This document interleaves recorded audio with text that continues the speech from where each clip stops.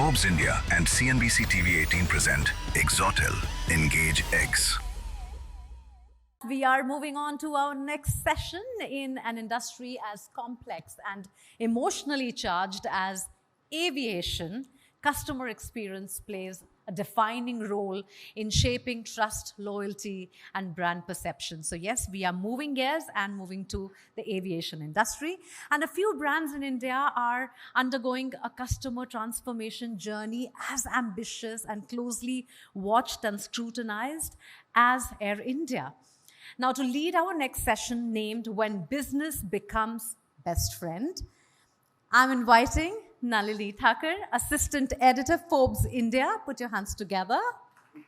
And joining her is a visionary leader who is one of the most ambitious customer transformation journeys, who's facilitating one of the most transformational journeys in India in aviation today, reimagining experiences across every customer touch point, from airports and in-flight services to digital support and cabin experience. A Tata veteran with deep expertise in large-scale public service transformation.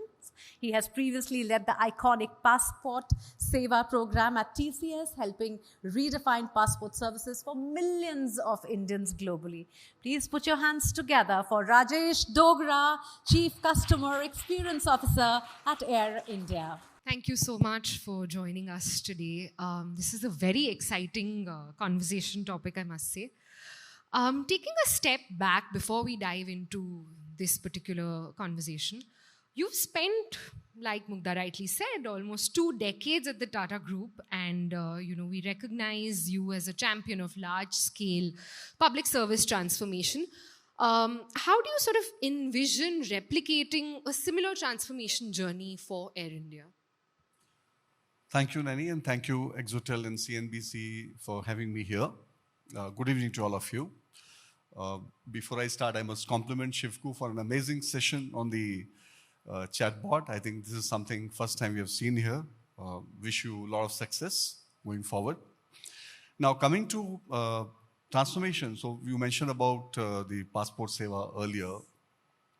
The customer experience as such, when we talk about services, especially when they're to be delivered on a very large scale and customized, bespoke, because it's not something that you do in one shot. You need to think through the service needs, requirements, ambitions are so different from different types of people. So building that whole ecosystem to solve the problem and deliver services, it's something which takes a lot of effort, there's no doubt. But using the right tools, right processes, right set of people, business rule definition, delivering solutions, I think this is all goes in a way that you plan it in a particular way and then you deliver, right, and you finally achieve what people anticipate and they expect. So understanding the needs is very critical. It's not that you do it from one side, one way. You need to know, and in the earlier session I heard somebody saying you need to keep evolving. Yes. So not something that you build, deliver. It has to continuously keep improving, evolving, innovating, using technology, improved processes. So there's a lot that needs to be done. Right. So Passport was a great example where we could completely transform as part of TCS, where I was the director of the program for 12 years. And we have seen a complete change in the way the passport services are perceived, one of the most iconic government programs. I'm happy that we could deliver and change the perception about services. Aviation is quite different. Yeah. Can you give us some examples of some customer-centric initiatives that you've implemented with Air India? Yeah. So Air India, as you said earlier, it's a very, very emotional element in our relationship with the aviation, and especially Air India. With all of us have flown Air India with our parents and ourselves. The first flight most of us have been of Air India, and the fact that the airline carries the name, it's a flag carrier of India, it's of course is emotional, especially for the Tata Group, because it was founded by JRD more than 9 decades ago. So for Air India to be at a space where it truly deserves to be and when you talk about aviation airline, I think customer experience is so important. While safety, security, on-time performance, all those things. But customers expect nothing less than the best. And especially when an airline which is part of the Tata Group, the expectations are really, really high. So there is a lot which is being done. So if you look at last 4 years when we took over from the government of India, there were a lot of challenges, and when we acquired it, we've been working continuously and trying to bring changes. The entire customer journey, right from starting the experience of when you book your flight till the time you arrive at the airport and collect your bag. There are 37 or maybe more touch points that we have tried to address and completely revamp this airline big time. So there are so many examples. I mean, I can keep talking. Yeah, the app is very, very lovely. Exactly, yeah. So two things I want to say. One is when you talk about the customer experience and the services support, one is how you deploy technology, meaningful technology tools. And secondly, how do you build the processes and the policies, and so that the entire ecosystem aligns to manifest that into the physical service experience, right? So aviation and airline is not that you just bring technology. So there has to be multiple interventions in the physical spaces, people, behavior. Those things naturally come. The human angle, which is so important for aviation. So I think if you look at the entire dimension of the services, right from technology, the app, as you mentioned, is world class. Our chatbot, AI.G, which is doing a wonderful job answering hundreds and thousands of queries every single day. Our complete customer support system that we have rebuilt in the last 4 years. And then there are more than 130 different applications and systems that we have reimagined, modified, changed. Along with that, what we have done is the physical manifestation of the services, starting with the in-flight product, the aircrafts, the new services, the new seats, the new F&B offerings, airport operations, changes there, the lounges that some of you may have observed. The complete spectrum of service ecosystem for the customer is what we are reimagining. Technology is enabling it, helping it, and the physical assets, services, improvements, all that we are trying to bring, they're coming together to deliver a truly world-class airline that, as I said earlier, India deserves, and Air India deserves to be in that space. Certainly. Of course, one can't have a conversation without talking about AI. When it comes to AI-led solutions and innovations that are being done, could you perhaps expand a little bit on that? And, how are you sort of enhancing the customer experience via AI? Yeah. So if you look at it right from the beginning, we created humongous amount of, we built the whole infrastructure, and also for the data. We didn't have, there's a lot of the systems were broken. We didn't have the information as simple as the contact numbers of our customer, their travel history. There were a lot of challenges which we tried to fix. So what we now have is quite clean database of people who are traveling, the information. And there are a lot of queries which come in. A lot of people call up, they are sending us emails. We are using certain CRMs where the service requests, information, all those queries keep coming in. So we are just trying to use AI to make sure that the advisor's job become easier. And so we have implemented certain tools, and we are still doing more, wherein the advisor, who in normal times would have taken much longer, but now is able to get information which is collated by the bots and helps to respond very, very fast. And more than the speed, I think it's important that the responses are absolutely correct and there is no scope of incorrect information being given to the customers. So we have tools which are now helping us. We are also working on, as I mentioned about the AI.G, wherein many thousands of people are writing to us and they're getting information, whether it is related to the time of the flight and it's taking off, the different routes which we are flying on, and what are the facilities available, information about a particular PNR. We're also trying to build some transactions on it. So I think it's being used. And apart from that, from customer experience, other areas also within the airline, also we're trying to put there a lot of use cases where we can apply, and we are working on. And that's really helping the airline overall. Yeah. What about the lounge side of it, and how are you sort of reinventing that? Because as I understand, the Maharaja Lounge in Delhi has been talked about as a symbol of Air India's new chapter and the new journey that you're on. Are you playing upon the sentiment and emotions, like you said earlier, with the lounge and the lounge experience, and how do you plan to reinvent that?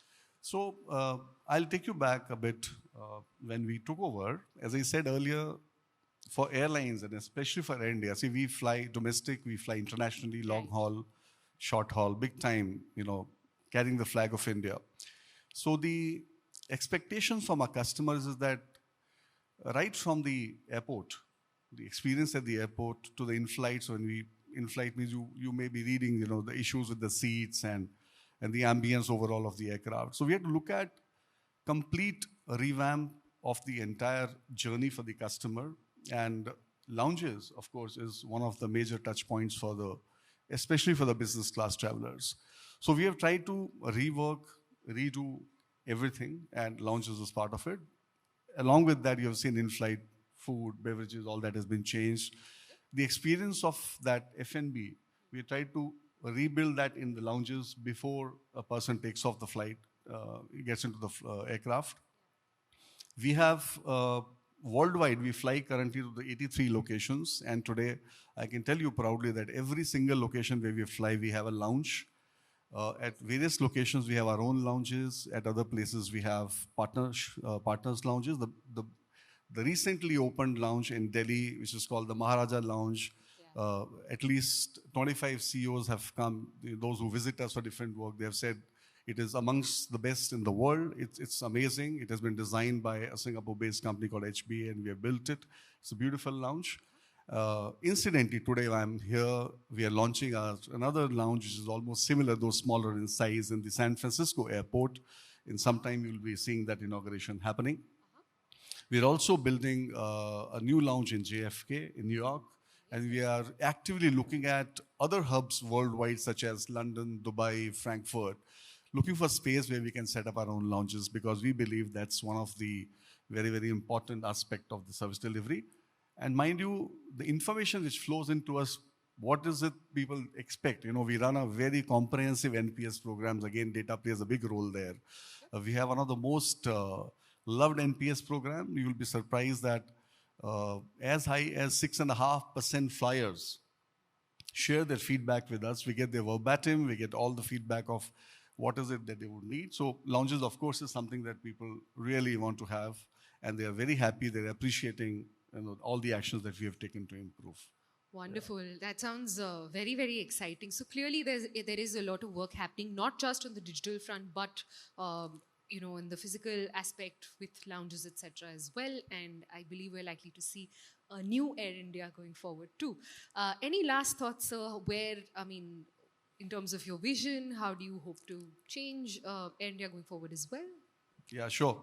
So I'm sure many of you are flying Air India. My request would be keep flying Air India and support. It's our own airline. We all are into it to make it truly world-class. That's our vision of our chairman, CEO, and it's a vision coming in from JRD so many years back. So if you look at Air India, there are two different Air Indias, one of the old and the one of the new. So the new aircraft that you inducted recently, 787-9s, A350s, and some of the retrofitted 787-8s. So the entire fleet, I want to share with you, because you're all here, that our plan is to, we have placed one of the biggest orders in the history of aviation in India, an order almost which is beyond $70 billion of 500 plus aircrafts. And then we are retrofitting all our old aircraft, spending around 400 million, IT changes, and the complete transformation of around $200 million.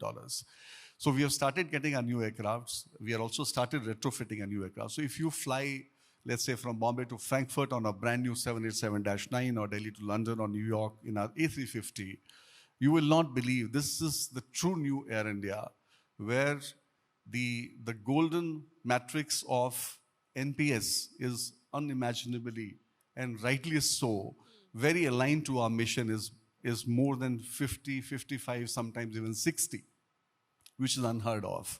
So the new aircrafts. Because the services have been revamped, we have recruited close to 15,000 people in the last 3.5 years. We have bought new aircrafts, retrofitted, new H1B offerings, completely product has been revamped. Airport we have recruited, we have changed processes. So that is reflecting the new Air India when you are flying the new aircraft. But the older ones also are getting retrofitted. But we have the journey for us when we took over, the NPS was -35. Today, we are 35. I think that applause for the 100%. entire company and for supporting from our customers that they are really loving us. As I said initially, there is so much of emotion about Air India. We are all in it together. We are listening to the voice of the customer using different tools, including AI today. And trust me, we run one of the most efficient programs across the company, that every single verbatim which comes to us, we go to that department, make sure that they fix it so that next time the customers don't face that problem. Amazing. There's a lot more to do. We are still not there, but then through the help of technology and other interventions, we'll reach where India is supposed to be. That's fantastic to hear, sir. I think that's about all the time that we had today. Thank you so much for this conversation. Thank it was you. Wonderful. Thanks you. Thank you, everyone. Thank you all. Cheers.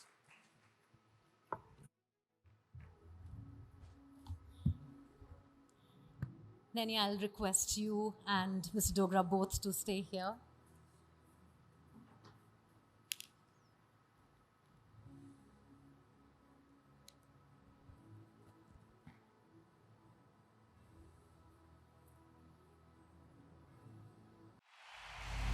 Forbes India and CNBC-TV18 present Exotel, EngageX.